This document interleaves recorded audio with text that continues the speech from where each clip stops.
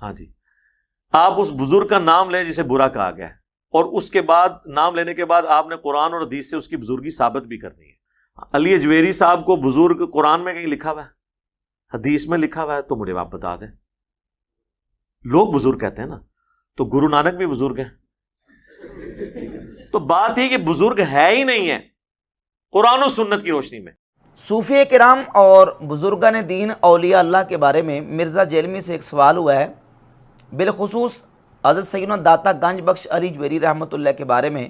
مرزا نے جو اپنے بیان میں سٹیٹمنٹ دی ہے ایک سوال کے جواب میں، اس پر انشاءاللہ بات کریں گے۔ سوال یہ ہوا ہے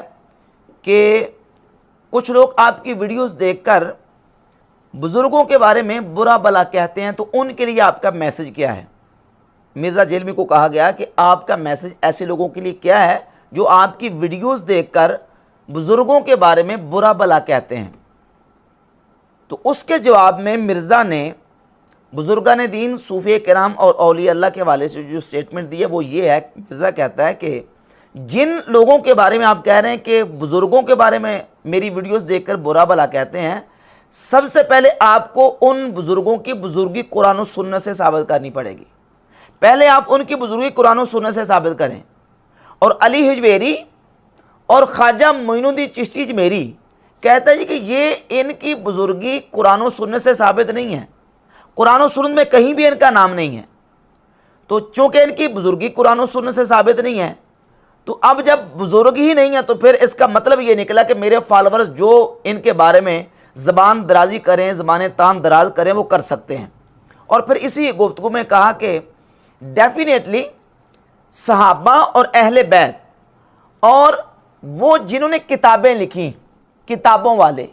یہ ڈیفینیٹلی بزرگ ہیں۔ صحابہ بزرگ ہیں، اہل بیت بزرگ ہیں، اور کتابوں والے بزرگ ہیں۔ اور پھر یہ ایک معیار قائم کر دیا کہ جس کی بزرگی کتاب و سنت سے ثابت نہیں ہے وہ بزرگ نہیں ہے۔ اب یہاں ہم دیکھیں گے کہ قرآن و سنت میں مرزا کے مطابق سیدنا علی بن عثمان حجویری رحمۃ اللہ کا نام نہیں ہے، اس لیے وہ بزرگ نہیں ہے۔ خواجہ معین الدین چشتی اجمیری رحمۃ اللہ کا نام نہیں ہے، اس لیے وہ بزرگ نہیں ہے۔ تو یہ سلسلہ آگے چلے گا۔ غوث پاک کا نام بھی نہیں ہے، اس کا مطلب یہ نکلا کہ وہ بھی بزرگ نہیں ہے۔ اور ائمہ اربعہ کا نام نہیں ہے تو وہ بھی بزرگ نہیں ہے۔ اور ہم سوال کریں گے اب مرزا سے کہ مرزا صاحب چلیں، ان کا نام تو قرآن و سنت میں موجود نہیں ہے، یہ تمہارے نزدیک بزرگ نہیں ہے۔ امام بخاری کا نام قرآن کے کس سپارے میں ہے؟ امام مسلم اور بخاری کا نام قرآن کی کس آیت میں ہے، کس سپارے میں ہے؟ جو صاحب مشکات ہیں، امام بخاری، مسلم، ترمذی، ابو داؤد، ابن ماجہ، نسائی، ان کا نام قرآن کی کس سورت اور کس پارے میں ہے؟ اور حدیث کی کس کتاب میں یا کس جگہ پہ رسول اللہ صلی اللہ علیہ وآلہ وسلم نے ان کی بزرگی کو بیان کیا ہے؟ اور پھر اس سے اوپر چلے جائیں، بہت سارے ایسے تابعین، تبع تابعین ہیں، ان کا نام باقاعدہ قرآن و سنت میں موجود نہیں ہے۔ ائمہ اربعہ کا آپ نام قرآن و سنت میں، قرآن کی کس صورت میں امام ابو حنیفہ، امام مالک، امام شافعی، امام احمد بن حنبل کا نام ہے؟ تو کیا ان کی بزرگی کا انکار کر دیں؟ امام جعفر صادق رضی اللہ تعالیٰ عنہ، حضرت امام محمد باقر رضی اللہ تعالیٰ عنہ، امام موسیٰ کاظم، امام تقی، امام نقی، ان کا نام قرآن و حدیث میں موجود نہیں ہے۔ امام زین العابدین کا نام قرآن و حدیث میں موجود نہیں ہے، تو کیا نعوذ باللہ ان کی بزرگی کا انکار کر دیں گے؟ اور پھر یہ جو کہتا ہے کہ صحابہ اور اہل بیت، صحابہ اور اہل بیت یہ ڈیفینیٹلی بزرگ ہیں۔ جو بزرگ ڈیفینیٹلی ہیں وہ صحابہ اور اہل بیت ہیں، یا وہ بزرگ جن کی کتابیں ہیں۔ سر جن کی تعلیمات تھیں نا، آج وہ بزرگ دیکھیں ہمارے ٹیبل پہ ہیں، کتنی احترام سے ان کو رکھا ہوا ہے۔ سوال یہ پیدا ہوتا ہے کہ نبی پاک صلی اللہ علیہ وآلہ وسلم کے تقریباً 1.25 لاکھ کے قریب صحابہ کرام ہیں، اور ان 1.25 لاکھ صحابہ کے حالات ہمیں سارے کے سارے کے نہیں ملتے۔ تقریباً 8,000 کے قریب صحابہ کرام یا اس سے کچھ زیادہ ہوں گے جن کے حالات زندگی ملتے ہیں۔ پہلے تو یہ سمجھیں کہ کسی صحابی کی صحابیت کس طرح ثابت ہوتی ہے، کیونکہ نبی کریم علیہ الصلوۃ والسلام کے جمیع صحابہ کرام کی صحابیت کا ذکر قرآن میں نہیں ہے۔ تمام صحابہ میں سے صرف ایک صحابی ہیں، سیدنا ابو بکر صدیق رضی اللہ تعالی عنہ، جن کی صحابیت کا ذکر قرآن نے بیان فرمایا۔ باقی صحابہ کرام کی صحابیت کا نام لے کے قرآن میں ذکر موجود نہیں ہے۔ اور صدیق اکبر رضی اللہ تعالیٰ کی وہ ذات ہیں کہ جن کو اللہ رب العزت نے قرآن مجید میں نبی کریم علیہ الصلوۃ والسلام کا صاحب کہہ کے ان کا ذکر فرمایا۔ اب صحابہ باقی جو رہ گئے ان کی صحابیت کیسے ثابت ہوگی؟ بعض صحابہ تو وہ جن کی صحابیت احادیث سے ثابت ہے، اور بعض صحابہ وہ ہیں کہ جن کا تو قرآن و حدیث میں تذکرہ ہی نہیں ہے، نام لے کے ان کا ذکر ہی موجود نہیں ہے احادیث میں، تو کیا نعوذ باللہ تعالیٰ ان کی صحابیت کا انکار کر دیں گے، یا ان کو صحابی نہیں مانیں گے، یا ان کی بزرگی کا انکار کریں گے؟ اچھا، پھر یہ کہتا ہے کہ صحابہ کرام ڈیفینیٹلی بزرگ ہیں، اس کا مطلب یہ نکلا کہ جتنے صحابہ ہیں وہ سارے بزرگ ہیں، تو تم تو ان بزرگوں کے بارے میں اپنی زبان کھولتے ہو۔ سیدنا امیر معاویہ رضی اللہ تعالیٰ عنہ نبی کریم علیہ السلام کے جلیل القدر صحابی ہیں، جب صحابی ہونے کی بنیاد پر وہ بزرگ ہیں، اور بزرگوں کے بارے میں زبان نہیں کھولنی، احادیث بھی اسی کا تقاضا کرتی ہیں، سرکار نے حدیث میں حکم بھی اسی بات کا دیا ہے، تو تم تو ان کے بارے میں زبان کھولتے ہو، ان کے بارے میں کتنے کتنے نازیبہ کلمات کہتے ہو۔ اور پھر یہ کہتا ہے جی کہ یہ کتابوں والے بزرگ ہیں۔ اب یہ کتابوں والے جو بزرگ ہیں ان کا ذکر قرآن و حدیث میں کہاں ہے؟ رسول اللہ صلی اللہ علیہ وسلم نے ان کی بزرگی کا ذکر کہاں کیا ہے؟ پھر یہ بھی کہا کہ یہ جو جن کو بزرگ کہتے ہیں، کہا کہ ان کی بزرگی جو ہے وہ لوگوں نے ڈکلیئر کیا ہے، لوگوں نے تو گرو نانک کو بھی بزرگ ڈکلیئر کیا ہوا ہے۔ اب اندازہ کر لیں، لوگوں نے تو گرو نانک کو بھی بزرگ ڈکلیئر کیا ہوا ہے، اور جن بزرگوں کے بارے میں آپ کہتا ہے کہ بزرگ جن کو کہتے ہیں، پہلی تو بات ان کی کتابیں نہیں ہیں، اگر ان کی کتابیں ہیں ان کی کتابوں میں جو نا وہ بہت کچھ اول فول جو ہے وہ لکھا ہوا ہے۔ اب سوال یہ پیدا ہوتا ہے کہ صوفیہ کی بزرگان دین کی کتابوں میں تو اول فول لکھا ہوا ہے، یہ بعد میں ہم ڈسکس کریں گے۔ سب سے پہلے ہم ڈسکس کرتے ہیں ان کتابوں کو جو تم نے ٹیبل کے اوپر رکھی ہوئی ہیں۔ تصوف کی کتابوں کی باری بعد میں آئے گی، جو چوتھی، پانچویں، چھٹی، ساتویں، آٹھویں ہجری میں کتابیں لکھی گئی ان کی باری بعد میں آئے گی۔ یہ جو کتابیں تم نے ٹیبل پہ رکھی ہوئی ہیں اور ان کتابوں کے بارے میں تم خود اپنی زبان سے جو سٹیٹمنٹس دے چکے ہو، پہلے ہم اس کو دیکھیں گے۔ سب سے پہلے صحیح بخاری کی روایت ہے، 6982 نمبر روایت ہے، جس کے بارے میں اس نے پورا ایک کلپ اپلوڈ کیا ہے، اس سے سوال کیا گیا ہے، اور اس سوال کے جواب میں اس نے یہ کہا ہے، اور وہ سوال یہ تھا کہ صحیح بخاری میں یہ بات موجود ہے 6982 نمبر روایت میں کہ رسول اللہ صلی اللہ علیہ وآلہ وسلم نے بار بار خودکشی کرنے کا ارادہ فرمایا۔ یہ صحیح بخاری کی 6982 نمبر روایت میں ہے۔ اس کے بارے میں آپ کیا کہتے ہیں؟ تو مرزا کہتا ہے کہ یقیناً یہ بات جو ہے نا وہ نبی علیہ السلام کی گستاخی ہے اور توہین پہ مبنی ہے۔ بات یہ کہ واقعتاً یہ یعنی گستاخانہ چیز ہے، پیغمبر کے بارے میں یہ امیجن نہیں کیا جا سکتا کہ وہ خودکشی کی کوشش کریں گے۔ صحیح بخاری کی 6982 نمبر روایت میں جو یہ بات بیان کی گئی ہے کہ نبی علیہ السلام نے بار بار خودکشی کرنے کا ارادہ کیا، یہ گستاخی رسول توہین رسالت مآب صلی اللہ علیہ وسلم ہے۔ مرزا خود اس پر بیان دے چکا ہے۔ کوئی ایک بھی سٹیٹمنٹ اس نے یہ دی ہے کہ صحیح بخاری سے یہ واقعہ نکالا جائے، یا صحیح بخاری کی جو نا وہ اس کو پبلش کرنا بند کر دیا جائے، اس کو بین کر دیا جائے، صحیح بخاری سے یہ واقعہ نکال دیا جائے؟ سوال یہ پیدا ہوتا ہے کہ امام، اگر یہ بات توہین رسالت ہے، امام بخاری اپنی اس کتاب میں لے کے آ رہے ہیں جس کا نام ہے الجامع صحیح، اور یہ صرف صحیح بخاری میں نہیں اور کئی کتابوں میں یہ روایت موجود ہے، کئی کتابوں میں یہ واقعہ موجود ہے۔ اب امام بخاری الجامع صحیح میں یہ بات لے کے آ رہے ہیں، سوال یہ پیدا ہوتا ہے کہ صحیح سمجھ کے لے کے آ رہے ہیں کہ غلط سمجھ کے لے کے آ رہے ہیں؟ اور پھر یہاں صحیح غلط کی بات بھی نہیں ہے، یہ تو مسئلہ توہین رسالت تک کا ہے، نبی کریم علیہ السلام کی توہین اور گستاخی تک کا مسئلہ ہے۔ امام بخاری اس کو صحیح سمجھ کے لے کے آئے ہیں کہ غلط سمجھ کے؟ اگر غلط سمجھ کے لے کے آئے ہیں، خودکشی بار بار کرنے کا ارادہ کرنے والی روایت کو اور واقعے کو غلط سمجھ کے لے کے آئے ہیں، تو پھر امام بخاری نے کوئی ایک لفظ بھی اس کی تردید میں کہا، ایک جملہ بھی اس کی تردید میں کوئی فٹ نوٹ پہ کوئی لکھا؟ اور اتنے محدثین، اتنے شارحین صحیح بخاری کے گزر گئے، کسی ایک شارح نے، کسی ایک امام محدث نے، اس حدیث کی شرح کرنے والے نے کسی فٹ نوٹ پہ کسی شرح میں یہ لکھا ہو کہ یہ توہین رسالت ہے، امام بخاری نے لکھا ہو، تو اس کا مطلب یہ کہ امام بخاری اس کو صحیح سمجھ کے لے کے ہیں۔ اگر امام بخاری اس کو صحیح سمجھ کے لے کے آ رہے ہیں تو پھر تو خود توہین رسالت کے مرتکب امام بخاری ٹھہرتے ہیں، جن کی بزرگی کلیم کر رہے ہو کہ یہ بزرگ ہیں،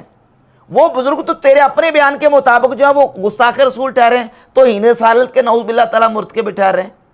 اور پھر یہ درمیان میں اس نے یہ رکھی ہے مشکات المصابیح، یہ وہابیوں کا ترجمہ ہے اور وہابیوں کی تحکیم اور وہابیوں کی اس کی تحقیقات ہیں اس کے اوپر، اور مرزا کے بابا زبیر رضی کی اس کے اوپر تحکیم ہے۔ اس میں مشکات المصابیح میں 4902 نمبر روایت ہے، اور یہی روایت امام بخاری کی الادب المفرد میں، امام احمد بن حنبل کی مسند امام احمد ابن حنبل میں اور دیگر کتابوں میں یہ روایت موجود ہے کہ نبی پاک صلی اللہ علیہ وآلہ وسلم نے فرمایا من تعزا بعزاء الجاہلیہ فاعدوہ بہن ابی ولا تکنو، جو اپنے جاہلیت کے نسب پر فخر کرے تو اسے کہو کہ اپنے باپ کا اعلیٰ تناسل کاٹ کے منہ میں رکھ لو اور کنایا نہ کرو۔ یہ روایت مشکات میں ان الفاظ کے ساتھ ہے۔ اب اس روایت کے بارے میں مرزا یہ بیان دے چکا ہے کہ یہ توہین رسالت ہے، نبی صلی اللہ علیہ وآلہ وسلم کی گستاخی اور توہین ہے، اور وہ گستاخی اور توہین والی روایت کس میں لکھی ہے؟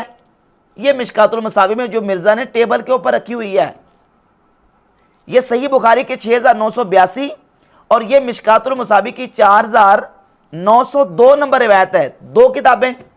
ان دونوں کتابوں کی ان روایات کے بارے میں یہ خود بیان دے چکا کہ یہ توہین رسالت ہے، رسول اللہ کی گستاخی ہے۔ تو کشف المحجوب کی یا دیگر صوفیہ کی کتابوں کی باری تو بعد میں آئے گی، جو ہمارے اولیاء اللہ کی بزرگان دین کی کتابیں ہیں وہ تو بعد میں باری آئے گی، پہلے ان کتابوں کو صاف کرو گستاخی سے۔ اب اس میں جان اس نے یہ چھٹائی ہے صحیح بخاری کی 6982 نمبر روایت میں یہ کہہ کے کہ وہ جی ابن شہاب زہری کے بلاغات میں سے ہے وہ روایت، اور متصل سند کے ساتھ نہیں ہے۔ ٹھیک ہے، متصل سند کے ساتھ نہیں ہے، لیکن ہم متصل سند بھی دکھائیں گے، متصل سند بھی دکھائیں گے، چلے متصل سند کے ساتھ نہیں ہے، لیکن سوال یہ پیدا ہوتا ہے کہ الجامع صحیح میں امام بخاری وہ بات لے کے آ رہے ہیں جو توہین رسالت میں مبنی ہے، جو رسول اللہ کی گستاخی ہے۔ اچھا، اس میں تو متصل سند کے ساتھ نہیں ہے، تو تصوف کی کتابوں میں جو واقعات لکھے وہ متصل سند کے ساتھ ہیں، اس میں تو سند ہی نہیں ہوتی،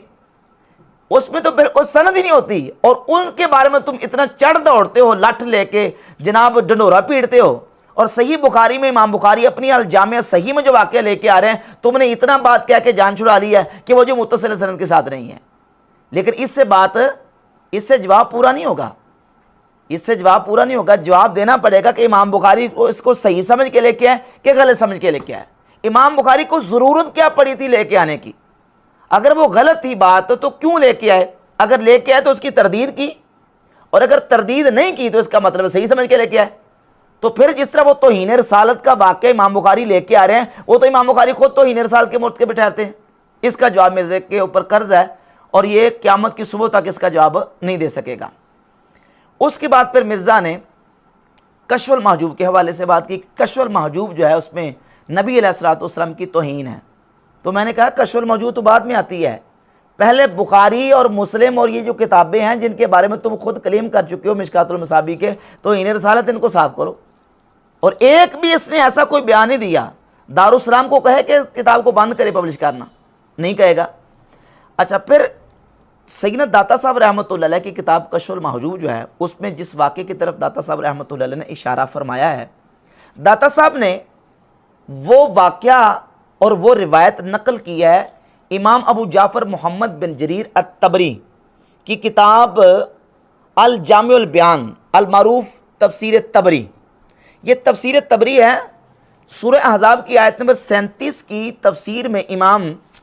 ابن جریر طبری رحمۃ اللہ علیہ نے اس واقعے کو ان الفاظ کے ساتھ اپنی طرف سے نقل کیا ہے۔ یعنی ایک ہوتا ہے کہ کسی چیز کو روایت کرنا، روایت نہیں بلکہ اپنا موقف، اپنا تبصرہ اور اپنا رزلٹ اور نتیجہ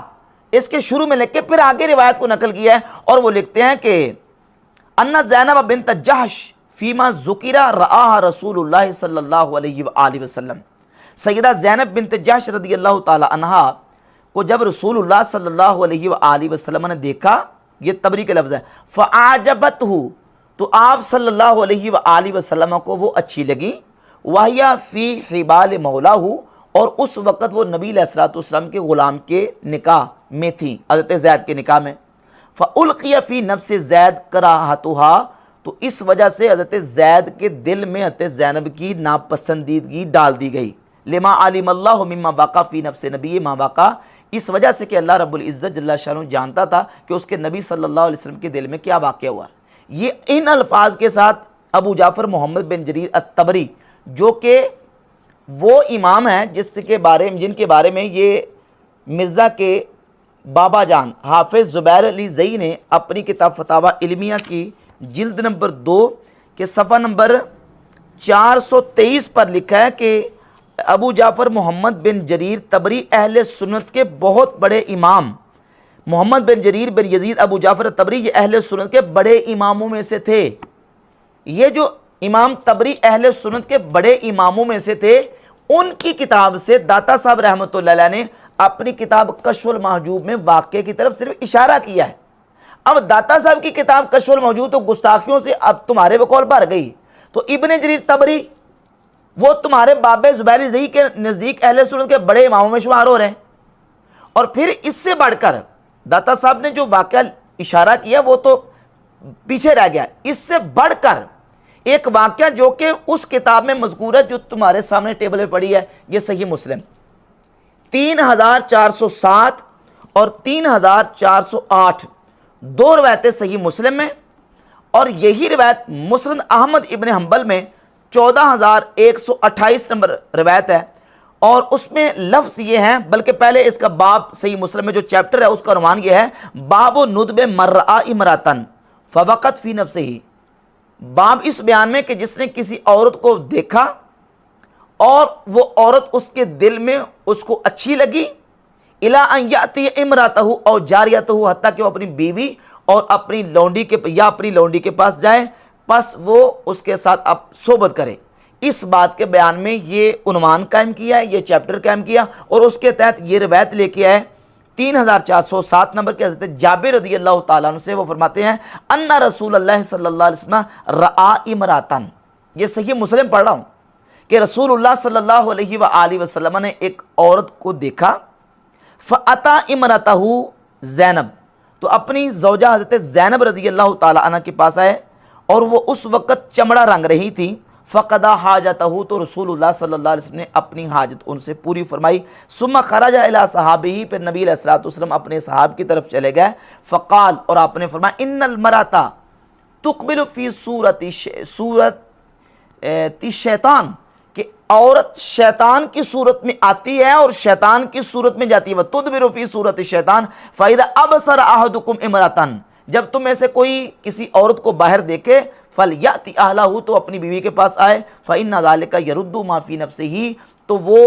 جو بیوی سے مجامت ہے وہ اس کے دل سے آنے والے خیال کو ختم کر دے گا، آنے والے خیال کو رد کر دے گا۔ یہ روایت صحیح مسلم میں موجود ہے، اور جو مسند احمد ابن حنبل میں 14128 نمبر جو روایت ہے اس میں لفظ یہ ہے کہ ان رسول اللہ صلی اللہ علیہ وسلم رآ امراتن، رسول اللہ صلی اللہ علیہ وآلہ وسلم کی ایک عورت پر نظر پڑ گئی، فاعجبتہ،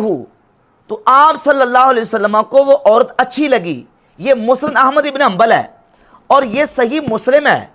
یہ دونوں میں اور درجن کتابوں میں یہ روایت جو ہے وہ موجود ہے۔ اب داتا صاحب رحمۃ اللہ کی کتاب کشف المحجوب میں وہ واقعہ جو بھی پردہ فرض ہونے سے پہلے کا تھا، کسی اجنبیہ عورت کو دیکھنا بھی منع بھی نہیں ہوا تھا،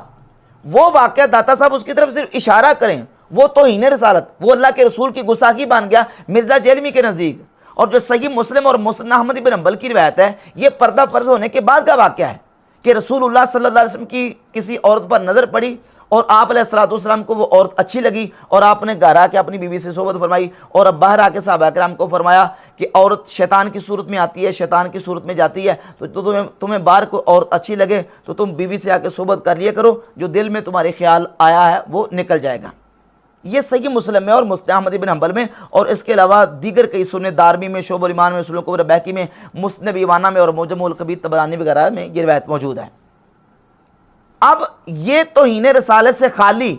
اور وہ واقعہ جو ابن جریر طبری کی کتاب تفسیر طبری میں ہے، اس کو اگر داتا صاحب رحمۃ اللہ کشف المحجوب میں صرف اشارہ کریں وہ توہین رسالت بن جائے۔ اچھا، پھر یہاں ایک اور بات بھی ہے، ان دونوں واقعات میں فرق یہ ہے کہ جس واقعے کی طرف اشارہ داتا صاحب نے کشف المحجوب میں کیا اور امام ابن جریر طبری نے اپنی کتاب تفسیر طبری میں اس کو نقل کیا، یہ پردہ فرض ہونے کے پہلے کا بھی ہے، اور یہ واقعہ جو مسلم اور مسند احمد بن حنبل میں یہ پردہ فرض ہونے کے بعد کا ہے۔ اس میں ایک فرق یہ بھی ہے، جب یہ واقعہ پیش آیا اس وقت کسی اجنبیہ عورت کی طرف دیکھنا منع اور ناجائز بھی نہیں تھا، اور ساتھ ایک یہ بھی بات ہے صحیح بخاری میں 2048 اور 3780 نمبر حدیث موجود ہے کہ کسی کے نکاح میں ہونے والی عورت جو ہے، کسی کے نکاح میں عورت موجود ہے اور وہ بندہ اگر چاہے کہ کوئی بندہ اس کی بیوی کو پسند کر لے